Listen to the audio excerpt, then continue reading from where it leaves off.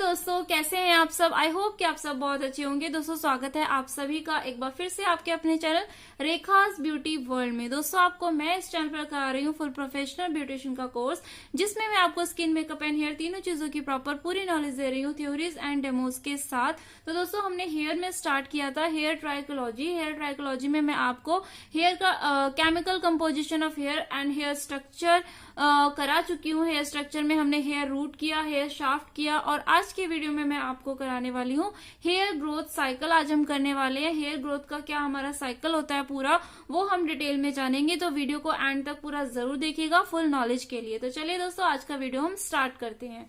तो hair growth cycle की knowledge मिलने के बाद आज आप लोगों के बहुत सारे जो डाउट हैं वो क्लियर हो जाएंगे। उनमें से एक डाउट ये भी रहता है बहुत सारे लोगों का कि हमारे हेयर तो बढ़ते ही नहीं है, हमारे हेयर ग्रो ही नहीं होते। और कुछ लोगों के इतने ज्यादा बाल लंबे होते हैं जबकि वो कुछ यूज भी नहीं करते। हम इतना कुछ स्पेशल यूज करते हैं, स्पेशल ऑयलिंग करते हैं सर में, इतना अच्छा शैम्पू यूज करते हैं, सब कुछ करते हैं, इतना अच्छे से ध्यान रखते हैं हेयर का, फिर भी हमारे जो बाल हैं वो बढ़ते ही नहीं है। शोल्डर तक ही हमारी लेंथ रह जाती है, उसके बाद हमारे हेयर जो है बढ़ते ही नहीं है। तो हेयर ग्रोथ जो होता है ना, हेयर जो ग्रो होता है वो डिपेंड करता है हमारे हेयर ग्रोथ साइकिल पर। जो हमारे हेयर ग्रोथ का एक चक्र है पूरा, उस पर डिपेंड करती है हमारे हेयर्स की लंबाई। तो चलिए आज हम हेयर ग्रोथ साइकिल को जान लेते हैं कि क्या है हमारा हेयर ग्रोथ साइकिल। तो दोस्तों जो हमारा हेयर ग्रोथ साइकिल है वो हमारी हेयर की 3 स्टेजेस में डिवाइड होता है। हमारे हेयर की 3 स्टेजेस होते हैं, जैसे कि हमारी पूरी उम्र की स्टेजेस होती हैं। पहले हमारा जन्म होता है, बचपन आता है, फिर हमारी जवानी आती है, फिर बुढ़ापा आता है। इसी तरीके से जो हमारा बाल होता है उसकी भी कुछ स्टेजेस होती हैं, जिनको हमने 3 स्टेजेस में डिवाइड किया हुआ है। फर्स्ट है हमारी एनाजन स्टेज, सेकेंड है हमारी कैटाजन स्टेज, एंड थर्ड है हमारी टेलोजन स्टेज। ठीक है, तो ये 3 स्टेजेस में हमारा हेयर डिवाइड होता है। तो सबसे पहले हम जानते हैं अपनी एनाजन स्टेज के बारे में कि एनाजन स्टेज में हेयर के अंदर क्या क्या होता है।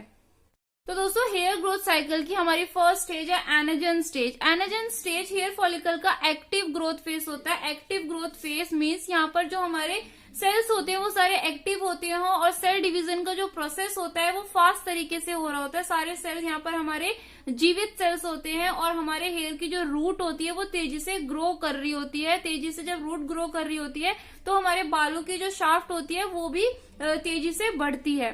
ठीक है, तो हम एनाजन फेज में हमारा हेयर ग्रो होता है। हेयर का जो ग्रोइंग फेज होता है वो हमारा एनाजन फेज होता है। तो जब हमारा हेयर एनाजन स्टेज में होता है, एनाजन स्टेज में हमारा जो हेयर है वो 28 डेज में लगभग 1 सेंटीमीटर ही बढ़ता है। इससे ज्यादा हमारा हेयर नहीं बढ़ता। 28 दिनों में 1 सेंटीमीटर हमारा हेयर बढ़ेगा एनाजन स्टेज में। तो एनाजन स्टेज का जो टाइम पीरियड होता है वो 2 से 7 साल का होता है। 2 से 7 साल तक हमारे स्कैल्प के जो बाल होते हैं इस एक्टिव फेज में रहते हैं और ये जेनेटिकली होता है। इसको हम अपनी तरफ से घटा या बढ़ा नहीं सकते इस पीरियड को।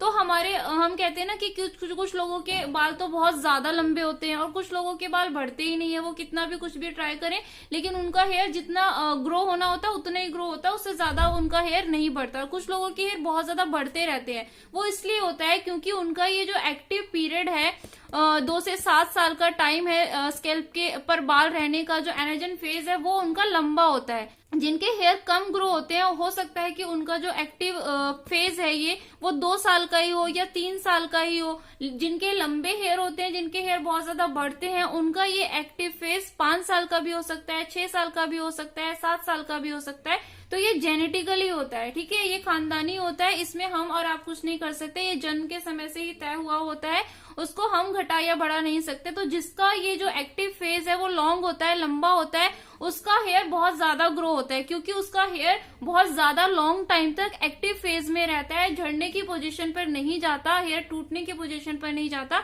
तो जब एक्टिव फेज में हमारा हेयर रहता है तो वो लॉन्ग टाइम तक ग्रो होता है और लॉन्ग टाइम तक ग्रो होता है तो हमारे हेयर की जो लेंथ है वो बढ़ती है। जिसका ये एनाजन जो टाइम पीरियड है वो शॉर्ट होता है, सिर्फ 2 साल का ही है या 1 साल का ही है, तो उनके बालों की जो ग्रोथ है वो कम होती है, उनके बाल ज्यादा लंबे नहीं हो पाते। तो इसीलिए यही रीजन है कुछ लोगों को बाल बहुत ज्यादा लंबे होते हैं और कुछ लोगों के बाल बहुत ज्यादा लंबे नहीं होते। वो स्टेज है दोस्तों हमारी हेयर ग्रोथ साइकिल की कैटाजन स्टेज। कैटाजन जो फेज होता है हमारे हेयर का, जो एनाजन के बाद आता है, वो एक छोटा ट्रांजिशन फेज होता है। ट्रांजिशन फेज हम इसे इसलिए कहते हैं क्योंकि एनाजन से हमारा जो हेयर होता है वो कैटाजन स्टेज में जाता है, इसीलिए हम इसे ट्रांजिशन फेज कहते हैं। और ये जो कैटाजन फेज है वो एनाजन फेज के अंत में आता है। जब एनाजन फेज का टाइम पीरियड कंप्लीट हो जाता है हेयर का, तब हमारा हेयर कैटाजन फेज में आ जाता है। और कैटाजन फेज में स्टेज जो होती है हमारे हेयर की एक्टिव ग्रोथ के अंत का संकेत देती है। मतलब अब आपकी जो एक्टिव ग्रोथ थी, जो एनाजन स्टेज थी, वो अब खत्म हो गई है। कैटाजन स्टेज में आपका हेयर जो है ग्रो नहीं करेगा, क्योंकि आपका हेयर एनाजन स्टेज से पुश होके ऊपर की तरफ कैटाजन स्टेज में आ गया है और वो ब्लड सप्लाई से दूर हो गया। एनाजन स्टेज में क्या था कि वहां पर हमारी ब्लड वेसल्स कनेक्टेड थी, तो प्रॉपर हम वहां पर खून की सप्लाई हो रही थी, ब्लड सप्लाई प्रॉपर तरीके से हो रहा था। ब्लड सप्लाई प्रॉपर तरीके से हो रहा था तो हमारे न्यूट्रिएंट्स, ऑक्सीजन सब कुछ हेयर को मिल रहा था, तो वहां पर हमारा हेयर जो था ग्रो कर रहा था, सेल डिवीजन हो रहा था, प्रॉपर तरीके से हमारा हेयर ग्रो कर रहा था। बट अब क्या हुआ, वो पुश होके ऊपर की तरफ हमारा कैटाजन स्टेज में आ गया, उसका ट्रांजिशन फेज आ गया। कैटाजन स्टेज में जब हमारा हेयर आ गया तो वहां पर हमारी जो एक्टिव ग्रोथ थी वो स्टॉप हो जाती है, रुक जाता है, हमारा हेयर यहाँ पर ग्रो नहीं करता है, नए बाल हमारे यहाँ पर नहीं बनते हैं। फेज का जो टाइम पीरियड होता है वो 2 से 3 सप्ताह तक रहता है। 2 से 3 सप्ताह तक हमारा जो हेयर होता है वो कैटाजन फेज में रहता है। तो ये था हमारा कैटाजन फेज, जहां पर हमारे हेयर की जो एक्टिव ग्रोथ होती है वो स्टॉप हो जाती है, वहां पर हमारा हेयर, नए हेयर बनने बंद हो जाते हैं। नेक्स्ट फेज है दोस्तों हेयर ग्रोथ साइकिल का हमारा टेलोजन फेज। टेलोजन फेज हमारे हेयर ग्रोथ साइकिल की थर्ड एंड लास्ट फेज होता है। इसमें हमारा जो हेयर फॉलिकल होता है वो रेस्टिंग फेज में होता है। रेस्टिंग फेज में मतलब हमारा जब हेयर एनाजन फेज में था, हेयर ग्रोथ साइकिल की फर्स्ट स्टेज में था, वहां पर हमारा हेयर ग्रो हो रहा था, क्योंकि वहां पर उसको प्रॉपर तरीके से ब्लड सप्लाई मिल रहा था। ब्लड सप्लाई मिल रहा था तो ऑक्सीजन एंड न्यूट्रिएंट्स प्रॉपर मिल रहा था, तो हमारा हेयर एनाजन फेज में ग्रो हो रहा था।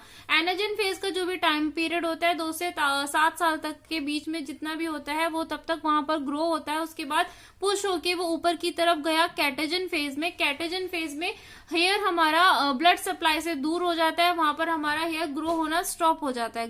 ग्रो होना स्टॉप हो जाता है तो धीरे धीरे हमारा हेयर जो होता है क्लब होना स्टार्ट हो जाता है, और जब पूरी तरह से वो क्लब हो जाता है तो वो टेलोजन फेज में आ जाता है, जहां पर हेयर हमारा रेस्टिंग फेज में होता है। इस पूरे टाइम पीरियड को 2 से 3 सप्ताह के अंदर वो कैटाजन फेज से टेलोजन फेज में आ जाता है। यहाँ पर हमारा हेयर शेड होने की पोजीशन में होता है, वो 2 से 3 वीक तक यहाँ पर रहता है, और उसके बाद हमारा हेयर अपने आप से शेड आउट हो जाता है, झड़ जाता है। जब आपने कंघी जो करते हो आप, कंघी के दौरान आपके जो बाल निकलते हैं आपके हेयर में से, या फिर आप हाथ से ही अपने बालों में हाथ डालते हो और आपके हाथ में बाल आ जाते हैं, वो सारे जो हेयर होते हैं वो टेलोजन फेज के हेयर होते हैं, जो इस तरीके से आपके बाल वो निकलते हैं। वो शेड आउट होने के लिए ही वो वहां पर होते हैं टेलोजन फेज में, ताकि वो उस टाइम पीरियड के बाद वो शेड आउट हो जाते हैं।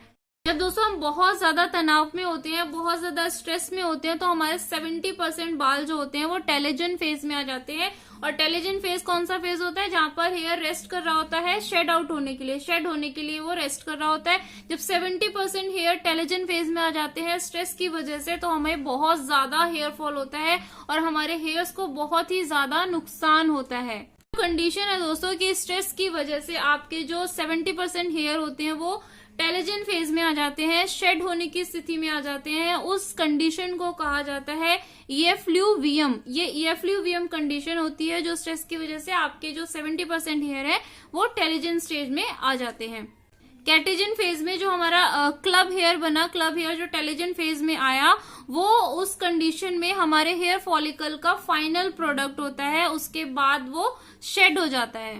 रोज हमारे 100 से 150 तक बाल शेड होते हैं, विच इज नॉर्मल। ये नॉर्मल है, इसे हम हेयर फॉल नहीं करेंगे। अगर आपके रोज 100 से 150 तक बाल या इससे थोड़े से ज्यादा बाल अगर आपके गिर रहे हैं तो इसे हम हेयर फॉल नहीं करेंगे। अगर इससे बहुत ही ज्यादा आपके बाल डेली गिर रहे हैं, जब भी आप कॉम्ब कर रहे हैं, बहुत आपका गुच्छे की गुच्छे बाल अगर आपके निकल रहे हैं, तो हम तब आप उसे हेयर फॉल करेंगे। अगर आपका 100 से 150 तक बाल आपका रोज शेड आउट हो रहा है तो हम इसे नॉर्मल, ये नॉर्मल होता है, इसे हम हेयर फॉल नहीं करेंगे।